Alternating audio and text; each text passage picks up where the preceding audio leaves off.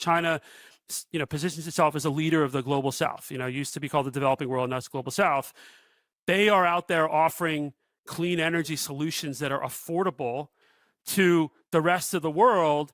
And the US is like, here, buy some LNG.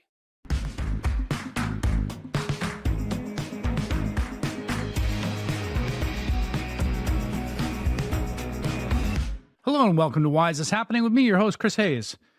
Well, we're getting news recently of trade deals, although in many cases they appear to be way less than advertised. A lot of times these trade deals are not deals in the formal sense you might think of. There's no paper on the deals. It's like a handshake deal between two nations. One thing that keeps cropping up is that Trump will come out and say something about the deal like, in Japan is going to give us $500 billion and we're going to keep 90% of the revenue and they're going to get 10. And you're like, okay, well, that doesn't, what even are you talking about? But also, why would they agree to that? And then, a day or two, a news cycle goes by and then like you have to read in translated foreign press. And then eventually the American press, the Japanese are like, no, we never agreed to that. What are you talking about? That's crazy. This keeps happening in place after place. So whatever all these quote unquote deals amount to really remains to be seen. Like, it's just actually not clear what has been agreed to, what's going to be enforceable, and what's going to happen. But the biggest of them all is the US-China trade relationship. And, the quick history here was that the US announced these enormous tariffs on China. China responded with retaliatory tariffs. US responded with even more tariffs. We had about 4 weeks of essentially a kind of complete embargo between the two nations in which the tariffs were so prohibitively high that there was no trade. That's when we were covering the empty ships that were coming across, the empty ports. And then they struck a deal. The US and China struck a sort of temporary deal. We said, okay, we're not going to do this. We're going to go back to, higher than normal, but not crazy tariffs between these two countries while we work out a deal. The day that I'm talking to you is July 29th. They've announced they're going to extend this period of deal talking. But this is such a complicated and consequential relationship along many different avenues, not just because of trade, that I thought it would be really useful to sort of check in with a China expert I really like and admire. We've had him on the podcast before. Bill Bishop is an entrepreneur. He's a former media executive with more than a decade's experience living and working in China. And he writes this great Substack called Sinocism, SINOCISM. And I just wanted to kind of get a sense of like how Chinese media is covering this, where the Chinese government is coming from, what they want out of this, and how we should sort of think about this bilateral relationship under Trump 2.0. So Bill, welcome to the program. Thanks for having me. It's really nice to be back. I think we last spoke about 2.5 years ago. Yeah, we spoke at the end of the COVID zero right. Moment when China was kind of coming out of these restrictions, and you had a lot of really interesting insights about how they were going to manage that. I guess first let's start with, independent of the US relationship, how you sort of read where China is at right now, having emerged from COVID in the sort of whatever the new world order is now, how the Chinese economy and political situation is sort of independent of whatever that the Trump aspect is. So I think on the one hand, the economy coming out of COVID has had a lot of struggles. They have been managing a real estate crash over multiple years. It has had a significant negative effect on the economy. The COVID lockdowns and then the exit from COVID did a lot of damage to the economy, did a lot of damage to consumer sentiment. There is a sort of several significant overlapping debt crises in the country, from local government to real estate related debt. At the same time, the leadership, Xi Jinping and the Communist Party have been very focused for several years about shifting the Chinese growth model away from focusing on real estate and speculative things to manufacturing and to the next, what they call new quality productive forces, which is really the new frontiers of high technology and high technology manufacturing. And I think that the answer is, on the one hand, the economy is not doing well in certain areas. On the other hand, they're making a lot of progress in dominating high-end manufacturing, dominating the clean energy revolution.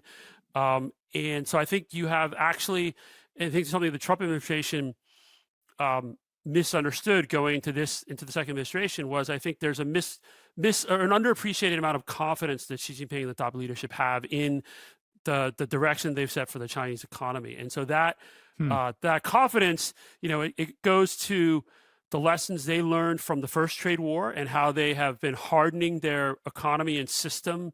Some people call it building a fortress China as a way to make it less vulnerable to U.S. pressure specifically, but also how they have built a set of tools like export controls around rare earths and rare earth magnets specifically to actually be able to sit equally at the table with the U.S. and say, okay, if you're going to punish us here, then we're going to squeeze you here, and we're going to, our squeezing will lead to multiple industries shutting down because you can't get our magnets. And so this round, this is the second round with Trump. The Chinese have come to the table with a lot more capacity to both withstand U.S. pressure, but also exert pressure on the U.S. And I think that is something that initially was not appreciated, at least in D.C. and around President Trump.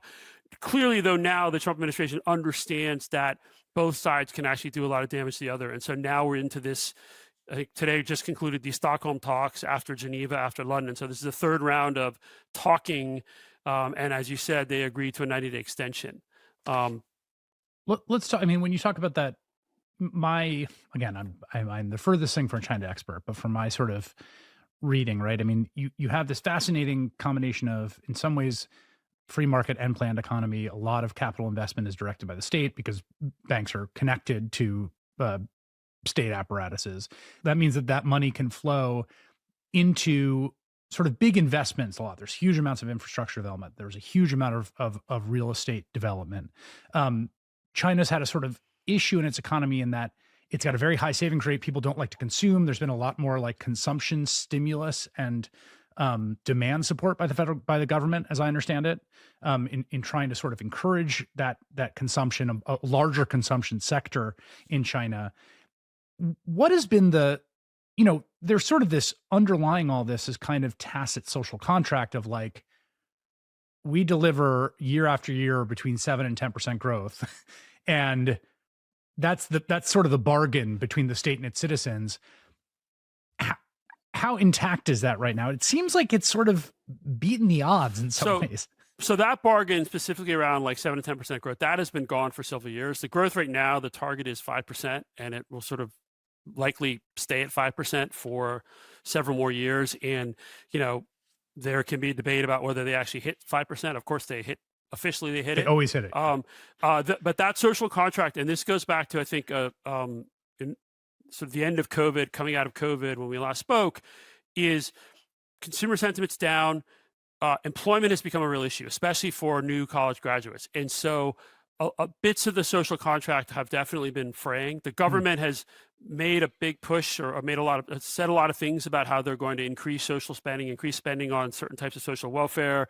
They're making a big push for vocational training, for vocational, to train you for those types of jobs. But there's no question that social contract has been fraying.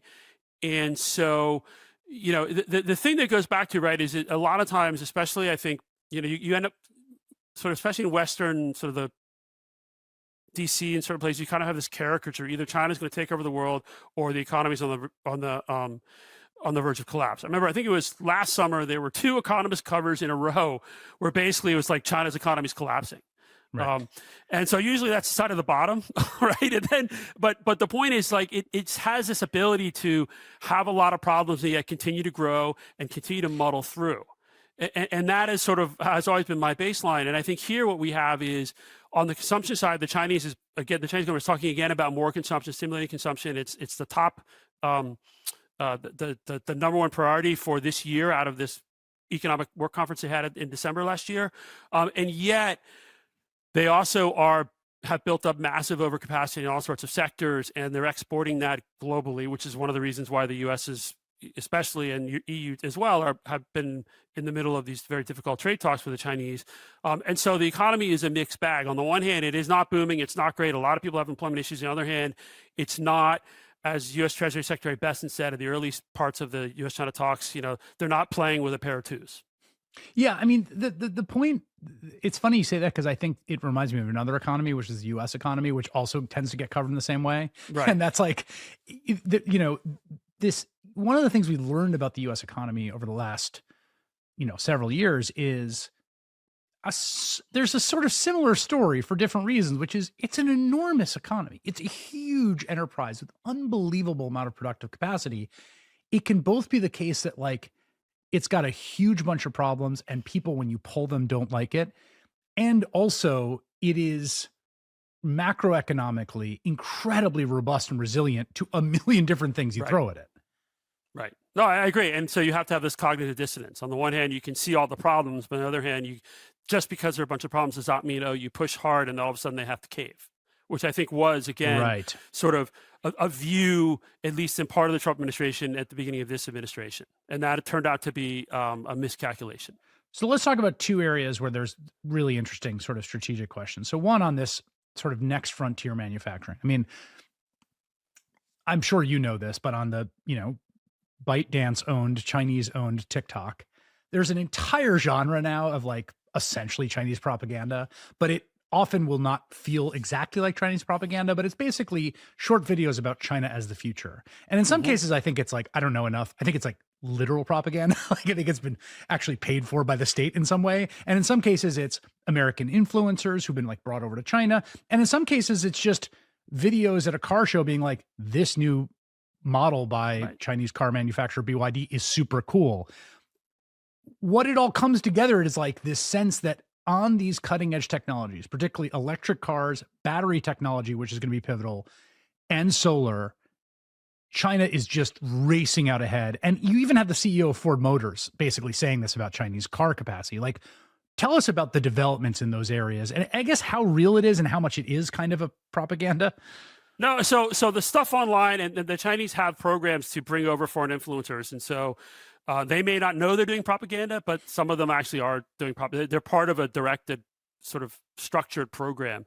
But that only really works when the substance is actually mostly real. And so, for example, in the case of EVs, the Chinese now make world-beating cars. They're so good, dude. They I mean, I haven't driven one, but every time I see one, I'm like, yo, that looks amazing. And it's like $13,000. Right. No, and they're cheap. I mean, this is another area where China has massive, they're in the middle. The Chinese government calls it involution, which is this idea that there's such crazy competition in the industry that everyone's driving the price down, no one's making money, suppliers are getting screwed.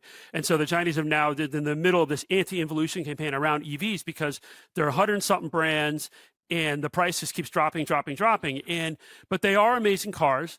They have, some of the battery technology and the 1,000-kilometer plus ranges or charge in 5 minutes.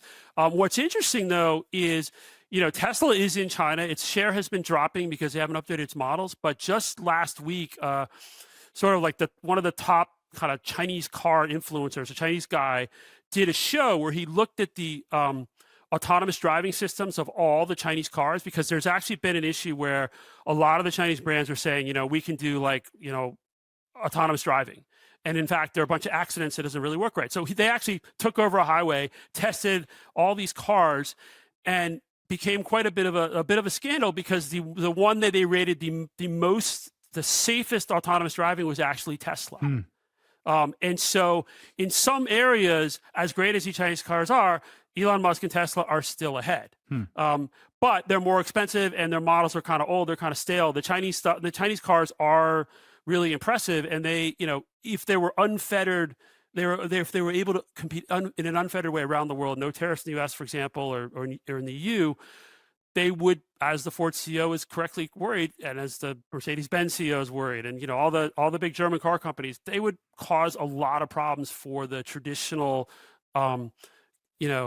ICE, internal combustion engine manufacturers, because those guys, most of them just completely missed this shift into EVs. Yeah, there's this classic business school book called The Innovator's Dilemma, which I've read and a lot of people have read, which is about basically why do dominant incumbents in a certain area or industry get beaten by upstarts. And there's a bunch of reasons. A lot of times the upstarts start making stuff that's sort of in the lowest level of value chain, the lowest margins, and the incumbent's like, that's the bad stuff of the business, let them have it. But part of it too is about sort of internal culture and what you focus on. And one of the things I think is so fascinating here is that BYD, if I'm not mistaken, which has become a big Chinese auto manufacturer, started as as electronics phone company and making batteries.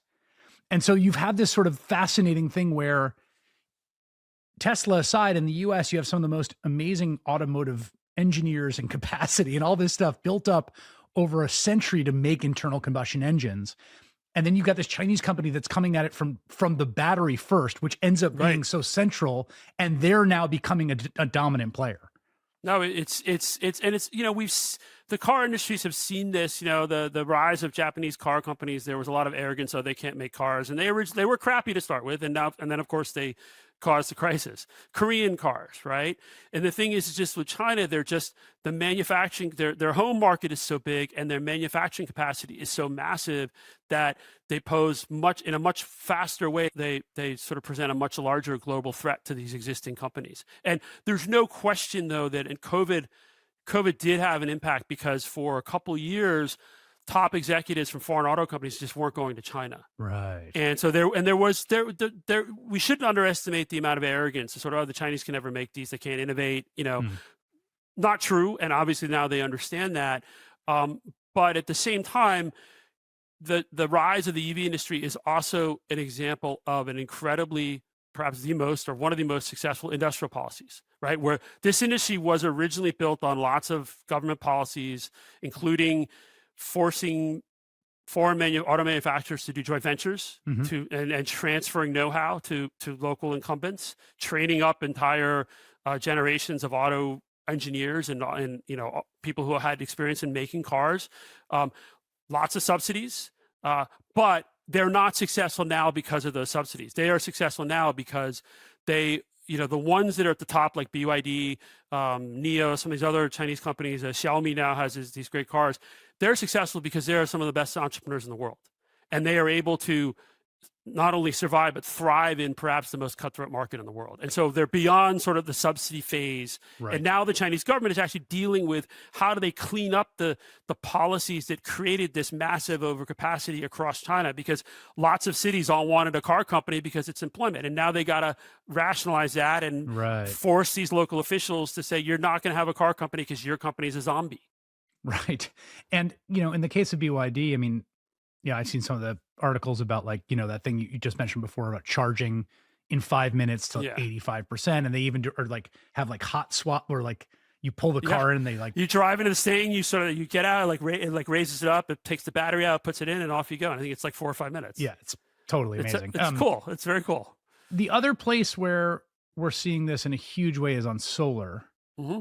I mean, and in some ways, it's such a fascinating question. One of the things I think will come back around when we start getting to trade is this axiom I always think about, which is so important when you're talking about trade, is one person's income is another person's price, right? So when something goes up or down in price, it's good or bad depending on whether you're the buyer or the seller, right? So when you see American home prices are declining, you're like, wait, good or bad? Well, if you want to sell your home, it's not good. If you want to be a first-time buyer, it's good.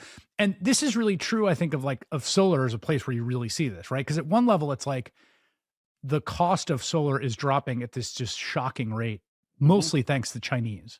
Mm-hmm. It also means that it's very hard. The margins for creating indigenous, solar enterprises around the world are getting thinner and thinner and harder. But tell us a little bit about, my understanding is the dominance here is just insane about what China is able to do on. Oh no, absolutely. I mean, the German industry's gone. There's not much of U.S. industry. I mean, some of your viewers might remember the Obama era had Solyndra, which I think they're trying to do solar. That was 2000 aughts somewhere. Yep. Big disaster. The Chinese, again, industrial policy. It's a green technology, green energy, except it's a very, very dirty process. And so the Chinese had no problem with the dirty process in terms of making the panels. Getting the polysilicon, some of it comes from Xinjiang, where, there have been credible reports of labor abuses, among other things. Doesn't matter, right? It was all about building up this industry. And then, the Chinese government has had a massive program to build up their, add clean energy to their grid. And so all these solar panel makers, they have in the related industries, they have the biggest market to themselves, right? The domestic Chinese market. And then as they perfect it domestically, then they can then push it out to the rest of the world, and no one can compete with them on cost. And so, now same thing with the EVs. The Chinese government is very specifically cracking down on, there are too many companies making polysilicon, right? Their prices had collapsed. So they're forcing them to rationalize. They're forcing them to work together. They're getting the price back up because once again, the industrial policy worked at the high level, and now they have to go clean it up so that they sort of get rid of some of the waste. But then the rest of the world, right? It's on the one hand, okay, people want clean energy. China has these solutions that are cheap and plentiful. On the other hand, some countries are like, well, maybe it's not a great idea to rely on even Chinese solar panels or Chinese inverters, which in some countries have been found to have sort of unknown communications back to China. It's just like, the U.S. has spent a long time saying it was probably a risk to have reliance on Saudi Arabia for oil. Does it make sense to have the U.S. build a grid has a massive amount of solar where all the solar, if something breaks, you got to get fixed by China? That's, I think, a problem too. It's a great question. I mean, part of what's maddening about this from where I stand is that American progressives and particularly climate people were saying 25, 30 years ago exactly this thing about like, we have an opportunity to sort of own the future on this next, industrial revolution where we get off fossil fuels. And there were some successful efforts, and there really were. Like, some of the investments have really been massively successful here in the US, but there was so much more resistance than there ended up being in China, partly because I think China understood the math of their energy demand. China doesn't have a climate denial faction. China, there's no question that sort of throughout the Chinese government and throughout industry, throughout sort of academia, that climate is an issue, and they see it both as a threat. In Beijing is in the middle of these massive floods. Dozens of people have died in the last couple of days. They understand climate change directly, but also they saw it, rightfully so, as an opportunity. They saw it as a massive global opportunity where and for them, going back to sort of the stepping back a little bit, China, positions itself as a leader of the global South. Used to be called the developing world, now it's global South. They are out there offering clean energy solutions that are affordable to the rest of the world, and the U.S. is like, here, buy some LNG. Right. And the thing what's also frustrating, going back a little bit, we talked about the fast charging on the batteries. That technology, it's from a U.S. company. They licensed it. Wow. I mean, a lot of this stuff, the U.S. at some point had been involved in developing or developed it, and either has been licensed by Chinese firms, or they couldn't make it work here. The company got bought, or the IP got bought. Right. And so it goes back to that broader question of, and the U.S. I think the Biden administration struggled with it, and had the IRA and tried to look at building out industrial policy specifically around clean energy. Trump administration is talking different ways about industrial policy. We're going to look back, maybe next few years, next generation. I mean, you look at what China did and say, wow, they actually had very successful. There are lots of external costs, there are lots of wastage, but at the end of the day, they are now in a position where they're dominating these industries of the future, and they're dominating them in ways where it's hard to see how, in this round of technological revolution on clean energy, that the U.S., for example, catches up. One of the things I'm going to ask a sort of annoyingly 101 naive question about China, but bear with me, which is that if you ask me why I believe in democracy, I believe in it for a bunch of reasons. One, it's sort of first principles philosophical commitment about self-determination. So there's a sort of deep set of moral commitments. But I also think generally in the aggregate on average that there's really practical reasons that democracies produce more for their people because of essentially the kind of informational effects of feedback, and that when you have power concentrated, it's very easy to get leaders that are corrupt, insane, a combination of both, completely out of touch, deluded, etc. Right? And history is littered with these examples. What is it about the Chinese system that it manages to be both single party rule, no elections, but not as like incompetent, as sort of beholden to the whims of one person, or as incompetent or as practically problematic as so many other states structure around one party rule? That's a great question. And, this is not to say everything's great or this is a model. No, I but mean, it is, where we started off, I think is important. We're not saying like they're everything in the future or they're about right. to, there's something in between. But they've been actually successful in a lot of these areas in ways that a lot of people originally predicted they wouldn't be, precisely for some of the reasons you just mentioned. And I think it has to do with one, the system, the way people move up through this system, it tends to they make mistakes, but I think you tend to have a fairly high proportion of people who are actually pretty smart and have some real technical ability. I think also that they are able, they're in the middle of their next 5-year plan, the 5th 5-year plan. They're in the middle of drafting it. They still have a planning cycle where they still put together in all sorts of areas, these are what we're going to do over the next 5 years. This is what's important. And, once they set those plans, and again, those plans could be wrong, or they could have, they could have goals that not everyone agrees with.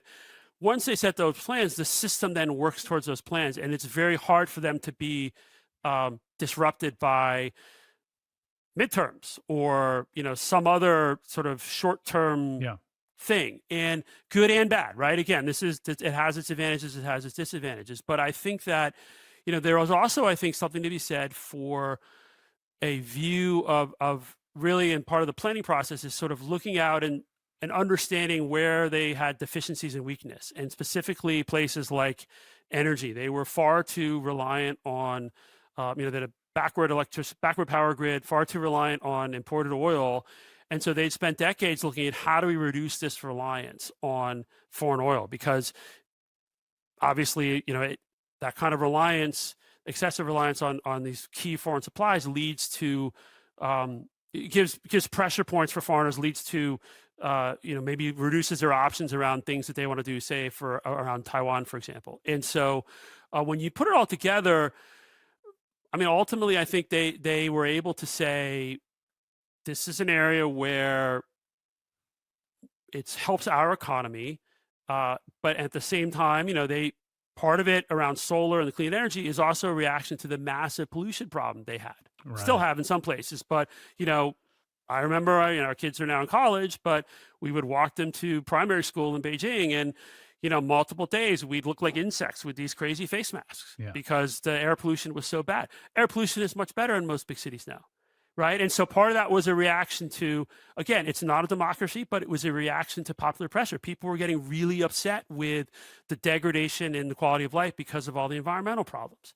And so, and this, at the same time, too, you look at it, and now they're in a situation where it is again, it's an industry that they can both dominate globally. It makes money for China and Chinese companies, but it also, they now are, they position themselves as, look, we are the country that cares about the most important existential issue most countries have, which is climate change. We are the ones who are now in a position to help you deliver the goods and fix that. And it is very, it's useful on several levels for them. It's also very useful in their long sort of ongoing long-term competition with the U.S. So that, I think, brings us to this round of this trade war, the second one. I mean, there was one initiated largely by Trump, even though, again, I think it's fair to say that there was a really growing set of critiques about the U.S.-Chinese bilateral trade relationship, a growing set of critiques about the negative costs that what's often referred to as the China shock had on the U.S. and U.S. manufacturing, particularly rural areas and places away from large metropolises. There was a round of trade battles between the two countries, and then a sort of resolution to that. It led to a higher tariff rate, my understanding, than ex ante. That was preserved in Biden. Mm-hmm. How do you view this round, and which started off as almost war by other means, now seems like has cooled down a little bit? But what are you looking at here as you watch these two sides? So I think the first thing, Trump was not wrong, right, in his diagnosis of the problem. In Trump 1, I mean, the Trump 1 trade deal was not a great deal, but it was the best he could get because the Chinese were just intransigent on some of the bigger asks from the U.S. that had involved structural change in the Chinese economy and, frankly, the political economy that the Chinese leadership was just not willing to do. Like you said, Biden kept those tariffs in place, and then Trump, came in. Trump 2 restarted it. And what I think, what's interesting, right, is the Chinese system is good at learning and good at, like we talked about it, good at planning in some areas. And so the Chinese side came much more prepared this time than they were in Trump 1, where in Trump 1, they really, they could put reciprocal tariffs on, but because they bought less than we bought, then they really didn't. It wasn't as impactful. So the Chinese figured out, and they knew this, but they really ramped up their dominance, not only dominance, but also control of rare earths and rare earth magnets, which are integral to all electronics. Yeah, well, I don't know how much of an expert you are on this, but can you give me like 2 minutes on this? Sure. I mean, I'm not an expert, but rare earths, critical minerals, they're actually not that rare. They're certain elements that then you refine. The refining is very environmentally difficult and dirty. And then you can refine them into magnets that then are used in all, they're used in all over cars, missiles, toasters, computers, phones, for clean energy, windmills, batteries too. I think batteries, and the Chinese ended up totally dominating that. And we've known, everyone's known for 15 plus years that the Chinese had this point of leverage and they wanted to dominate it. And, it's interesting, back in 2019, when at the height of the first Trump-China trade negotiations, when there was a deal, but then it blew up and it looked like things could get pretty messy, Xi Jinping, went off and did this inspection tour in Jiangxi province, which is the primary producer of rare earths and rare earth magnets, and visited the leading rare earth magnets company in China. It's basically to say, okay, this is his showing everyone this is what our leverage is. And so fast forward now, when this time when Trump put on his tariffs and the Chinese responded, their response was much more sophisticated, because it was not just reciprocal tariffs. It was a few things, but the most important one was they had perfected over the last few years this export control system for rare earth magnets, and they started using it. And that's why, the U.S. and China, things got pretty dicey after Geneva, right, where the Chinese were not delivering. They held back on magnets because they thought the U.S. had done some stuff. So the U.S. added a bunch of stuff, and then they met again in London and sort of walked it back. And even today, at the press conference after Stockholm, Jameson Greer, the Ambassador Greer, the U.S. Trade Representative, he basically said, well, we ensure that the flow of rare earth magnets will continue. Wow. I'm paraphrasing. Because cutting those off was shut factories in the U.S. And so the Chinese came back this round, and this second phase of the trade war with the Trump administration, they came much better prepared, and with really a tool that the U.S. has no answer for and won't have an answer for several years. You probably saw a couple weeks ago, the Defense Department announced this, I think it was $400 million investment, sort of the great hope for U.S. rare earths mining and magnet production. Now they're going to be serious. This is a problem that multiple governments have talked about. They've admired the problem. The Biden administration knew about it. They wrote papers about this dependency. They talked to Australia. But again, back to the planning, lots of people knew this was coming, that the Chinese were building this dominance. Nobody did anything about it. And so now the U.S. is in a position where the Chinese stranglehold on some of these key magnets, best case, will be broken in several years. So they have a lot more leverage over the U.S. than I think the Trump administration understood going in. The U.S. has leverage. The U.S. has areas where they can also really hurt the Chinese economy. And so both sides are trying to reach kind of a ceasefire. The question will be not that everyone's going to sort of kumbaya, be happy, and things will be fine going forward. The Chinese are very good at understanding where their points of vulnerability are and how they address those. The question will be for the U.S. and for the EU and for Japan and their trade issues with China is, will they now get serious about addressing these vulnerabilities that they have and actually use government support along with industry, to actually break that Chinese stranglehold on rare earths. That will require political will, that will require money, that will require consistency, right? Which is, again, something we talked about, right? Where you can't set a plan now and then next year or 3 years pull it back, or have a new budget bill that you cut funding for rare earths, right? And then you're back to square one, and the Chinese have a real stranglehold on you.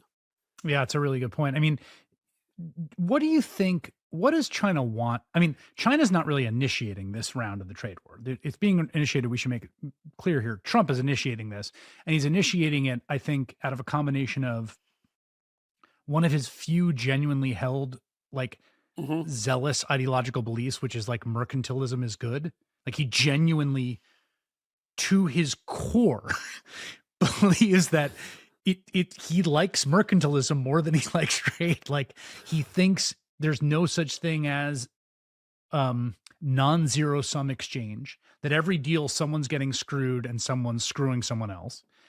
So everything fits into that framework for him. But the point of the China thing, the reason I bring this up is it's not just the US-China. The last time it was much more directed US-China. There was a renegotiation of the NAFTA deal, which they renamed. But now it's like us against the world, multilateral 1 versus 165 trade war. So I kind of have a sense of what Trump wants out of it, which is, honestly, I think he wants to be able to go bragging about stuff, and also to create like an American autarky where we all make everything in house, basically. Yeah. Speaking of TikTok and the Chinese propaganda videos, I'm sure you saw some of the AI videos of all the fat American workers screwing in iPhones. Exactly. Right? Based on Lutnick, one of Commerce Secretary Lutnick's comments. Well, Howard Lutnick literally said, we're going to have the factories where you screw in the tiny screws in the phones. And then he also said, you and your kids and your grandkids are going to work in this factory, which I was like, wait, that's your positive vision? My grandkid's going to work in a factory? I'm not sure Trump's getting the best and the brightest in every cabinet position. So, I mean, the reason I'm saying all this is set up is I have a sense of where Trump's coming from on all this, sort of what they want. There's a mix of like some genuine real critique and real interesting things about a post-neoliberal order in the US, and then a lot of like insane nonsense. But what do you think China wants out of this? So China wants a few things. One, they want access to the U.S. market. They need the access to the U.S. consumer market. So that is, again, leverage.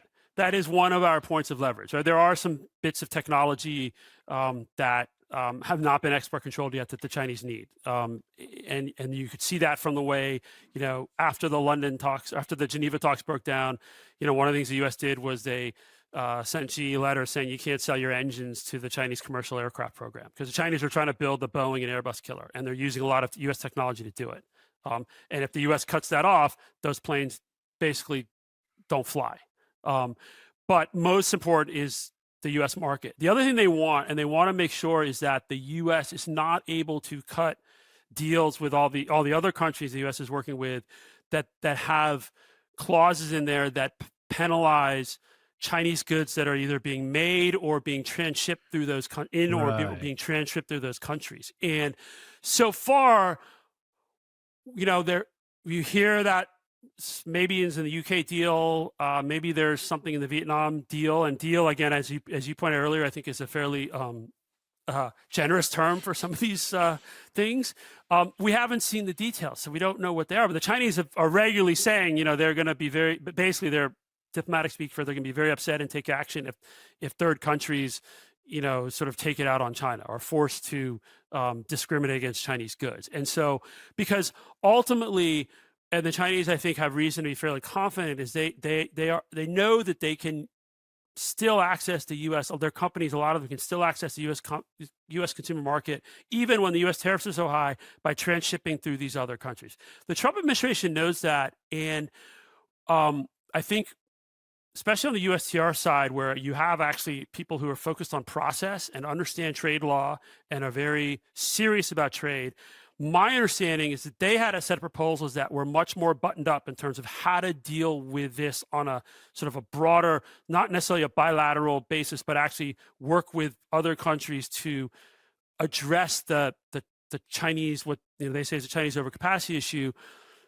but that was not the viewpoint that went out when the trade war was launched, when Tariff Liberation Day came around on April 2nd. And so now it feels a little bit more, it's one by one, it's a little more ad hoc, and we just, the officials come out and say we did these great things, but then, like in the Japan deal, the Japanese are saying we didn't agree to that. On its face, it's like if you come back to us and say like, I just did a deal with this guy. He's not here to back it up, but he said he's going to give me $90 and I'm going to give him $10. You'd be like, okay, well, what's the really? Like, what's the catch? Why is that a deal? And this is an ally. I mean, so it's a bit, from the outside, at least, it looks a bit incoherent. It looks like the process is not, the process has a lot of issues. And so that, again, I think accrues to China's benefit, because they were much more worried about a sort of a well-structured, well-thought-out process where the U.S. can get, its traditional allies like Canada, Mexico, EU, Japan, working as a united front to tackle what all these countries say are concerns they have over China exporting their industrial overcapacity. And so in some ways, it feels like a bit of a missed opportunity. Although then you have folks, certainly on the Trump supporters, the more hawkish folks say, it doesn't matter. We've tried for years to work with the EU. We've tried for years to work with Japanese. They're not serious. They won't do it unless you force them. And so we're in the phase where Trump is not about let's be nice to our allies. Trump is about we're just going to smack everybody around and see what we can get.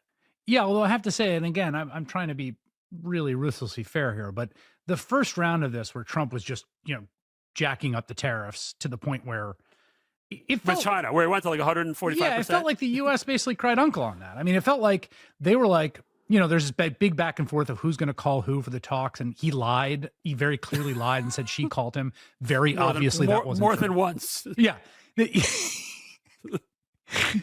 and basically, we covered day in day out, like there was a certain amount of runway of inventory.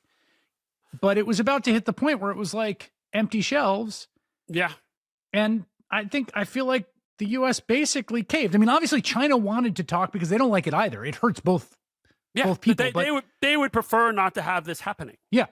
But it also didn't feel like it felt like Trump caved more than she did. I mean, just my read of the situation. I think that's fair. I think that ultimately, Trump, again, was getting, my understanding, I think it was reported in the press, was getting lots of calls from, retailers, big retailers, companies saying, we're going to run out of stuff and we're going to shut factory lines unless we can because everybody's still too reliant on China. China is the factory of the world. And for all this talk of decoupling and de-risking over, especially since Trump won, since COVID and the issues of supply chains that surfaced during COVID, not enough has been done about it.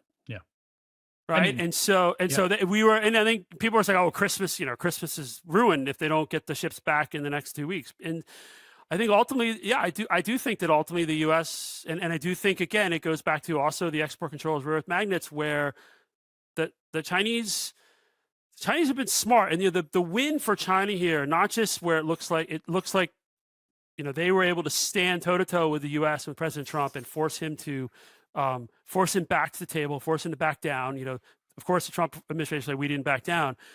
But the message that sends to the rest of the world, especially the global South, where China says they're the leader, is, look, we're fighting this fight for you. We're fighting against the bully. We're fighting against, they call it the hegemon. Right. And particularly when the U.S., it'd be one thing if this was some concerted, again, you keep making the point, which is important, is like there really are these fundamentally destructive or problematic trade imbalances with China. There really is some real asymmetries and problems in the global system that is so dependent on Chinese manufacturing. Like that's not just like a, nutty Trump belief. But when you pair that with him sending a letter to Brazil saying, even though we have a trade surplus with you, we're going to slap on tariffs because you're prosecuting the ex-right-wing leader who tried a coup. Like the world, it's very hard to see it as anything other than pure bullying and power play when you're doing it to your closest ally in Canada, So like, even if there's legitimate critiques in there, it's going to look not that legitimate when you're just doing it the way that they're doing. Right. And that, again, it's not clear what benefit that has, going after Canada or Brazil has for the U.S. economy, but it does benefit China. Yeah. And so I think the Chinese have are generally, again, feeling fairly confident where things are because of the way they've built up their resilience in their economy, their ability to withstand, in some ways better. CEOs are not going to be calling Xi Jinping and complaining about empty shelves, right? Even if they have this problem, the Chinese system has ways to force them to just deal with it. And but at the same time, if the U.S. is going around torching relationships with traditional allies, even if they don't go embrace China, and the EU had the China summit last week, didn't go particularly well because the Chinese, again, and the reports before and after were the Chinese were not willing to play ball because they actually felt really confident. They said, we stood up to the U.S. Right. You're not the U.S. We don't have to listen to you. The U.S. is still powerful, and China still needs a lot of things from the U.S. They don't need as much. They need some stuff from the EU. They don't need as much, but they also know that the EU is much more fragmented. 27 countries, and so it's much easier for them to divide and conquer and to basically stand their ground and tell the EU, okay, we'll call your bluff, and see what happens. And most of the time, the EU caves. One place the U.S. does seem to have strategic advantage and has export controls and leverage is on the export of GPUs, particularly NVIDIA GPUs. China had this big breakthrough about 6 months ago where a Chinese company that was sort of spun off from a finance hedge firm sort of used this very ingenious, low-cost means of creating a large language model AI chatbot called DeepSeek that, came out of nowhere and started performing incredibly well. There's a bunch of questions about did they maybe have access to some GPUs that they're not being upfront about? And, the status of how many of these, next gen NVIDIA chips are actually in China is an open question that people don't really know. But where do you think this sort of, I guess what I'm trying to say is if China's sort of leverages rare earth, it seems like GPUs and chips are the sort of US leverage and how important that is. No, it is U.S. leverage if it's done properly. The problem is, the export control regime around semiconductors. You got the chips, and then you've got all the things to make chips. And the Biden administration especially was pretty tough on chip exports, specifically some NVIDIA chips, but had a lot of holes in the export controls around semiconductor manufacturing equipment. And so what's happened is the Chinese have now become, at both individual companies, but also with state direction, incredibly focused on breaking through what they call the U.S. chokeholds on core technologies, specifically around semiconductors. And so you've had like about a year or so ago, there was a complete restructuring of the entire science technology bureaucracy in China. They're throwing a whole bunch of money at research and development, at chip startups, state-run funds, encouraging other companies to invest, huge policy support to break through this chokehold eventually. And it will take them years, but they're at the point, Huawei, of course, is the company leading these efforts. They're at the point where a Huawei chip is not as good as the modified NVIDIA chip called H20 that the NVIDIA can now sell into China for use in AI, but it's gotten better, and over the next several years, there's no reason to think the Chinese won't continue to advance.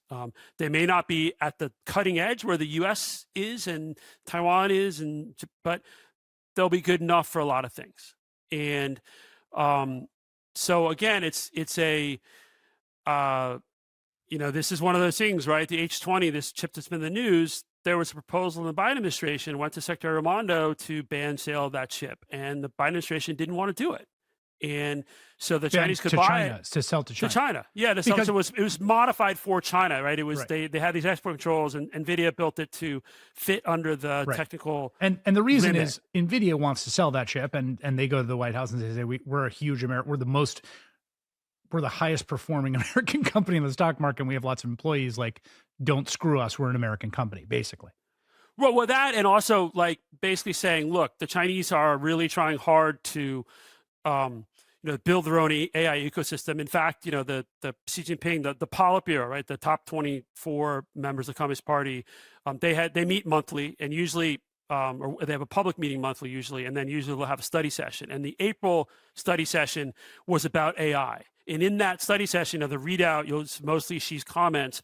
One section was Xi talking about how China needed to build effectively its own soup to nuts AI technology stack, from the hardware to the software, right? And NVIDIA is about the hardware, but it's also about CUDA, the software that you use to work with the chips. And so NVIDIA is their argument, Jensen Huang's argument to Trump and to David Sachs, the AI czar, is, look, let us keep selling because that keeps our chips are still better. It keeps the Chinese hooked on our system. It keeps them in our ecosystem. And we wanted to build on American technology, not on Chinese technology. And, this is an argument that's been made in other sectors for years by American CEOs. The Xi Jinping and the Communist Party have a very different view of that, and they're not there yet.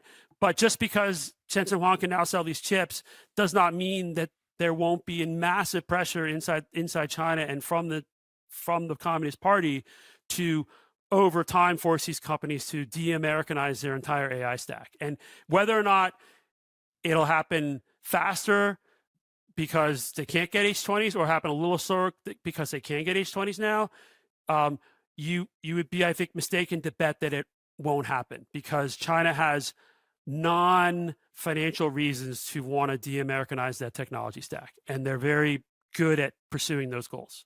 Yeah, and my understanding is that Jensen Huang was at the White House just the other day to basically be like, let us sell the chips, and was victorious, right? I mean, like... Yeah, no, but it was interesting because he went to spend $1 million to go have dinner at Mar-a-Lago when there was rumors that, people were saying the H20 ban is coming, and the idea was he's going to go there and he's going to get it. That's not going to happen. He had dinner and then it was still banned. Right. And so he got something else he wanted, which was this Biden era AI diffusion rule. He got that removed. But then this time he went back and he was able to convince the folks around President Trump that, okay, we should let us sell into China. One of the things that's happened is, my understanding is there's very little policy process now, especially around technology, because the technology, the technology director at the NSC was gutted. They're purged. The folks over at State Department were riffed, like the week before the H20 decision. There's, and over in Commerce, the people have been fired. The people have not been, there's not been confirmed yet. There's no policy process. So if you're the CEO, you get to the AI czar, you get to Trump, you get to the Commerce Secretary. That's all you need. And then you present them with your view, and there's no one saying, well, here are the other reasons why maybe think about it. So you're seeing this week, there's some pushback from some former Trump officials, wrote a letter talking about why this is a bad decision. You've got, so far it's not bipartisan. It's some of the Democrats on the Hill have written a letter about why it's a bad decision. Trump, I don't think he cares. I think he's got the CEO of the richest company in the world, or the highest market cap in the world, who he talks to. He thinks he's great. Jensen Huang was at this conference and he said, basically, America AI is leading because we have Donald Trump. I'm paraphrasing, but it was just some right. But the funny thing is you got two horses pulling in opposite directions, which is always, one of the contradictions here, is that one of them is the American first horse and the other is like corruption and what's in it for me, right? The idea that that it sort of all comes back to that, right? Like you could have your puffed up ideological views on stuff, but then if someone offers you some deal, or they're going to license you're going to buy a lot of your Trump coin, or they're going to, Lord knows what, that that's always an option, right? The next NVIDIA chip should be called the Trump. Right. Yeah. Right. Best chip ever. Yeah. Right. I'm reading, it might be a strange place to end this conversation, but for some reason I decided to read a history of the Cultural Revolution recently. Which one? A book called Mao's Last Revolution. It's McFarquhar, and I forget the author. Oh, that's a heavy book, dude. That's a hard slog, man. It's 3 volumes, isn't it? I'm looking because I think I have it on my bookshelf. It's really long and very sort of claustrophobically embedded in the day-to-day communications and decision-making of inside the Chinese state and party apparatus. And one thing that's interesting to me is at some level, a lot of this stuff is, recognizable and relatable and human politics have certain, but there's a distinctness to what would I say, that the language of sort of factional and ideological combat within the party is just so different than anything I've really encountered, except in like, when reading about factional fights in other places, particularly in some communist countries and early, Bolshevik purges. But then there's this specific distinctness of Chinese sort of governing culture and all these things. And the reason I bring this all up is just like,